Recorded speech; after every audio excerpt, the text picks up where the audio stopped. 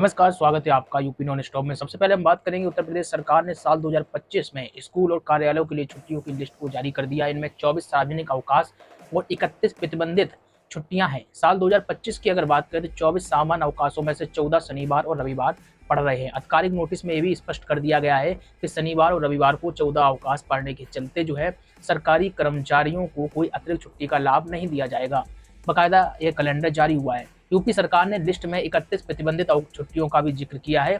ये वैकल्पिक है, यानी कि ऑफिस या स्कूल खुद से चुन सकते हैं कि उन्हें इस दिन छुट्टी मनानी है या फिर नहीं। ये वो छुट्टियां हैं जो विभिन्न सांस्कृतिक, ऐतिहासिक और धार्मिक घटनाओं की हमें याद दिलाती है। चलिए दूसरी बात कर लेते हैं। सुप्रीम कोर्ट ने एक बड़ा बयान दिया है। दरअसल सुप्रीम अदालत ने कहा है कि उत्तर प्रदेश के सभी जिला बार एसोसिएशन को निर्देशित करते हुए कि वे हड़ताल पर जाने या काम से अनुपस्थित रहने का कोई प्रस्ताव को पास ना करें। सुप्रीम कोर्ट ने इस निर्देश पर अमल सुनिश्चित करने के लिए इलाहाबाद हाई कोर्ट के 3 जजों की कमेटी बनाने का भी आदेश दिया है।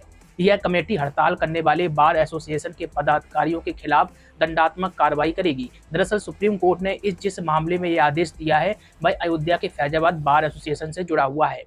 चलिए बात कर लेते हैं। योगी सरकार ने घरेलू हिंसा और आपदा से पीड़ित महिलाओं और बेटियों के लिए पुनर्वासन और उन्हें समाज की मुख्यधारा से जोड़ने के लिए प्रदेश में शक्ति सदन का संचालन शुरू करने का फैसला लिया है।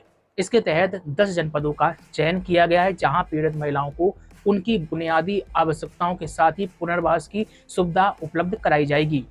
महिला कल्याण विभाग ने बताया कि वाराणसी, अलीगढ़, आजमगढ़, कानपुर नगर, चित्रकूट, झांसी, गोंडा, बस्ती, मिर्जापुर और सहारनपुर जनपदों में शक्ति सदन शुरू करने की प्रक्रिया शुरू हो गई है। इन केंद्रों में पीड़ित महिलाओं और बेटियों को सुरक्षित आश्रय, भोजन, कपड़े, प्राथमिक स्वास्थ्य देखभाल और अन्य सुविधाएं उपलब्ध कराई जाएंगी। आगे बढ़ने से पहले चैनल को सब्सक्राइब करना मत भूलें।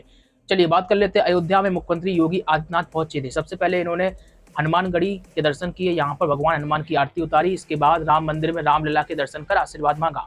पंचनारायण महायज्ञ में आहुति देने के बाद उन्होंने संतों और श्रद्धालुओं को भी संबोधित किया। इस दौरान सीएम योगी ने रामलला की प्राण प्रतिष्ठा, वार्षिकोत्सव और महाकुंभ की तैयारियों पर भी चर्चा की। अपने संबोधन में सीएम योगी ने कहा है कि अतीत में देश के धार्मिक स्थलों को नष्ट करने की साजिशें की गई थी।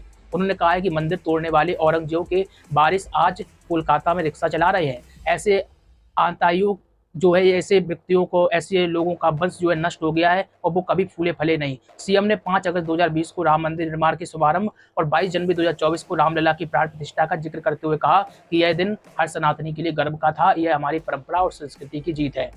चलिए बात कर लेते हैं। यूपी के मेरठ से एक बड़ी खबर आई। मेरठ में शुक्रवार को कथावाचक पंडित प्रदीप मिश्रा के कार्यक्रम में भगदड़ मच गई। इस दुर्घटना में 4 महिलाओं के घायल होने की खबरें निकलकर सामने आई। दरअसल शिव महापुराण कथा चल रही थी, अचानक भीड़ बेकाबू हो गई। इस मामले पर एसपी सिटी आयुष विक्रम सिंह ने बताया कि कुछ महिलाएं चोटिल हुई है, उनको इलाज के लिए नजदीकी अस्पताल में भर्ती कराया गया है। ये वीडियो भी आप देख रहे हैं, घटना का वीडियो वायरल हुआ है। वही इस मामले पर डीएम दीपक मीणा ने बताया कि कार्यक्रम के एंट्री गेट पर कुछ लोगों के हंगामा करने की खबर मिली थी, इसकी वजह से कुछ महिलाएं एक दूसरे के ऊपर गिर गई। सभी चीजें कंट्रोल में है, किसी प्रकार से भगदड़ जैसी कोई भी घटना नहीं घटित हुई। चलिए बात कर लेते हैं। निजी हाथों में सौंपे जाने वाले पूर्वांचल और दक्षिणांचल डिस्कॉम को भारी भरकम सब्सिडी और दूसरे डिस्कॉम से सस्ती बिजली दिए जाने पर सवाल उठाते हुए उत्तर प्रदेश राज्य विद्युत उपभोक्ता परिषद ने एम्पावर्ड कमेटी से मंजूर पीपीपी मॉडल को निरस्त करने की सरकार से मांग की है। उपभोक्ता परिषद का कहना है कि कमेटी ने दोनों डिस्कॉम की 5 नई कंपनियों को सस्ती बिजली देने का निर्णय किया है, जिससे सिर्फ निजी कंपनियां ही लाभ उठा पाएंगी। कुल मिलाकर बिजली विभाग प्राइवेटीकरण, निजीकरण को लेकर विरोध जता रहा है। बात कर लेते यूपी के अलीगढ़ में प्राचीन मंदिरों के मिलने का सिलसिला लगातार जारी है। बीते बुधवार को बन्ना देवी थाना क्षेत्र के सराय रहमान में शिव मंदिर मिला था, जिसके अगले ही दिन गुरुवार को दिल्ली गेट थाना क्षेत्र के घनी मुस्लिम आबादी वाले इलाके में सराय मिला में एक और बंद पड़ा हुआ मंदिर मिला। प्रशासन सभी प्राचीन मंदिरों को खुलवाकर साफ सफाई और शुद्धिकरण के साथ शांतिपूर्ण पूजा पाठ करने की बात कह रहा है।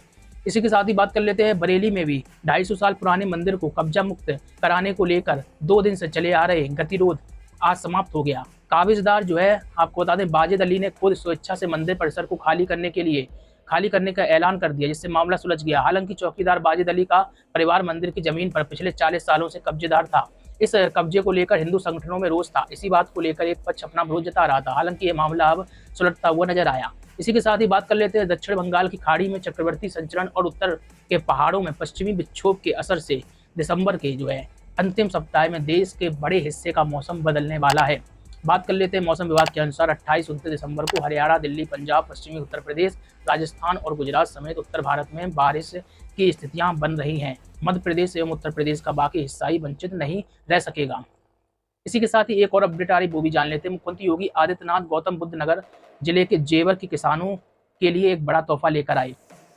उन्होंने यहां पर निवास करने वाले किसानों के लिए ऐलान किया। भूमि अधिग्रहण के प्रतिकर को 3100 वर्ग मीटर से बढ़ाकर 4300 वर्ग मीटर कर दिया गया है। लखनऊ में किसानों से मुलाकात के दौरान मुख्यमंत्री ने कहा कि किसानों को नियमानुसार ब्याज का ही भुगतान होगा और प्रभावित किसानों के व्यवस्थापन, रोजगार, सेवा योजन का भी पूरा प्रबंध किया जाएगा। वहीं योगी आदित्यनाथ ने स्पष्ट कर दिया है कि नोएडा इंटरनेशनल एयरपोर्ट जेवर का विकास जल्द ही प्रारंभ होगा और सबसे बड़ी बात यह है कि एशिया का सबसे बड़ा ये हवाई अड्डा होने जा रहा है। राशन कार्ड धारकों से जुड़ी हुई एक अच्छी खबर आ रही है, काम की खबर भी है। योगी सरकार ने फ्री में अनाज ले रहे लाभार्थियों को लेकर एक बड़ी घोषणा की है। लाभार्थियों के लिए ई-केवाईसी कराने की समय सीमा को बढ़ा दिया गया है। बता दें, राशन कार्ड धारकों की ई-केवाईसी का काम पिछले कई महीनों से चल रहा है। इसके बावजूद भी 33% राशन कार्ड धारक ऐसे हैं जिन्होंने ई-केवाईसी नहीं करवाई थी। अब सरकार ने ऐसे लाभार्थियों को 3 महीने का अतिरिक्त समय दिया है। पहले इसकी अंतिम तारीख 31 दिसंबर थी, लेकिन अब आपको बता दें, सरकार ने इसको बढ़ाकर फरवरी 2025 तक तय कर दिया है। लगातार बने रहिए, कोई प्रतिक्रिया कमेंट बॉक्स में रखिए, लाइक और शेयर करना मत भूलिए। नमस्कार।